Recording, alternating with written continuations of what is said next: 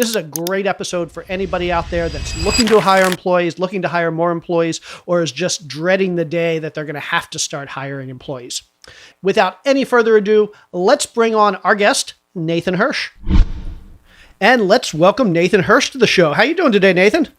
I'm doing great, guys. How are you? We are doing awesome. Carol, how are you doing? I'm doing great. And Nathan, we're so looking forward to speaking with you because here on our show, we kind of talk to people in two different categories, right? We speak with experts, we speak with entrepreneurs, and you truly are the embodiment of both of those things. So you have so many great tips to offer, and we can't wait to dig in. I appreciate it. I love talking business. I love talking hiring and outsourcing. It's two things I'm really passionate about. Awesome. Well, let's start with first on the entrepreneur side. You are a serial entrepreneur. You've started several companies. You've sold your last company and are moving on to the next. Can you give us just a brief summary of what's your history? How did you become an entrepreneur? What does your entrepreneurial journey look like up till now? Yeah, so growing up, my parents were both teachers. So I grew up with the mentality that I was going to go to school, get a real job, work for 30 years, retire, and that's what they did. They're traveling the world right now. There's nothing wrong with that. But I learned at a very young age that that's not what I wanted to do. My parents always made me get a 40-hour week summer job, winter vacation job. I was working at Aaron's, which is kind of like a rent-a-center. I was working at Firestone, and I learned a ton about marketing and sales and managing people. But I also learned how much I just hated working for someone else, having a boss, watching the clock every day, and all my friends were outside playing.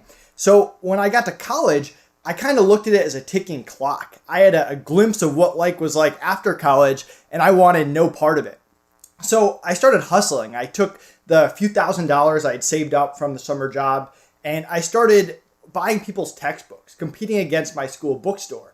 I created a little referral program, and before I knew it, I had lines out the door of people trying to sell me their books to the point where I got a cease and desist letter from my college telling me to knock it off because I was stealing too much of their business. So that was my first glimpse in being an entrepreneur. That's awesome. I love that. It's always good when your first venture, you start getting cease and desist letters. I guess you kind of jumped into the fray early. Right? Legal action in college. Can't beat that. Okay, so you're selling college textbooks. You get a cease and desist letter. I'm going to assume you probably slowed down from there. What was the next venture from there? Yeah, my parents were both teachers, like I said, so getting kicked out of college was not a very good option. So I pivoted pretty hard. I had sold some of these books on Amazon, and this was 2008, 2009. No one really knew what Amazon was. There were no courses, gurus, none of that stuff existed. And I thought it was so cool. I could have this 24/7 storefront. Money would get automatically deposited in my bank account. These are all new concepts, and I just had to figure out what to sell besides these books.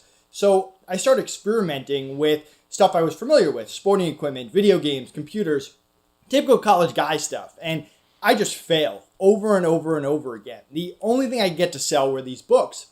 And finally, I branch out of my comfort zone a little bit, and I find a deal on baby products. And I list them on Amazon, and these products take off. So I learn and I get into drop shipping years before I even know what drop shipping is. And if you can imagine me as a single college guy selling $1 million worth of baby products on Amazon, that was me. So that's really how I hit the ground running with my first successful business.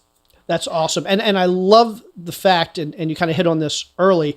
Again, we talk about this a lot on the show, is that a lot of us, we want to go out and we want to do those businesses that we love. We want to do what we find to be passionate. So you like computers, you like sports, you want to sell those things. But just because you're passionate about something, just because you love something, doesn't mean it's going to make a great business model.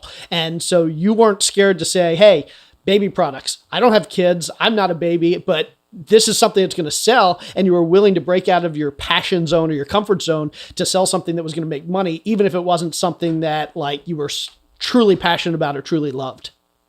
Yeah, and you kind of have to get over what people think about you too, right? Because I was in class listing baby products. People were looking over my shoulder thinking I'm some kind of creep or running a Ponzi scheme or who knows what was going through their head. No one really understood what being an Amazon seller was, but I saw a ton of potential there and I really went all out to grow that business. Awesome. Very cool. And were you doing that on your own or did you have a partner or what did that business look like? So funny story. I'm making this money and my parents say you should probably pay taxes, right? So I meet with an accountant and the first question he asked me is, when are you going to hire your first person? And I shrug him off. I'm like, why would I do that? That's money out of my pocket. They're going to steal my ideas. They're going to hurt my business. pretty standard entrepreneurial excuses. And he just laughs in my face. He says, you're going to learn this lesson on your own. So sure enough, my first busy season comes around, the fourth quarter. Everyone's buying toys. Everyone's buying baby products. I'm running the whole business by myself, and I just get destroyed. I'm working 20 hours a day. My social life plummets. My grades go down.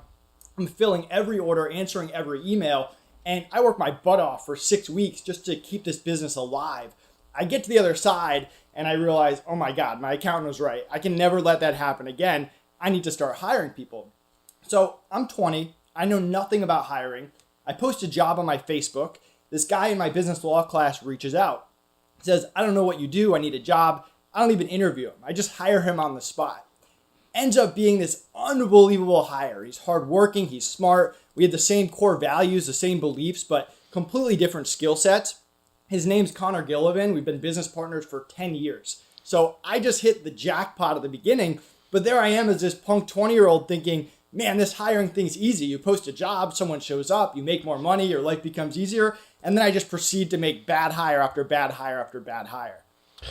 That's great. So tip number 1, hire the first person you meet and he'll be your business partner for life. But then everyone after that's going to be bad.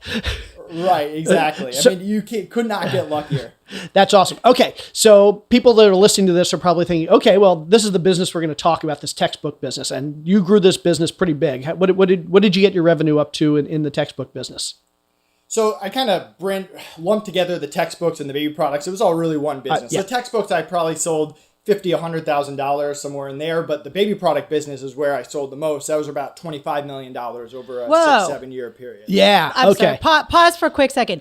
So you, starting at age 20 in college with a random dude in one of your classes that you met off of Facebook, sold $25 million worth of baby products on Amazon. Yeah, it was a pretty crazy time. That's That's awesome. amazing.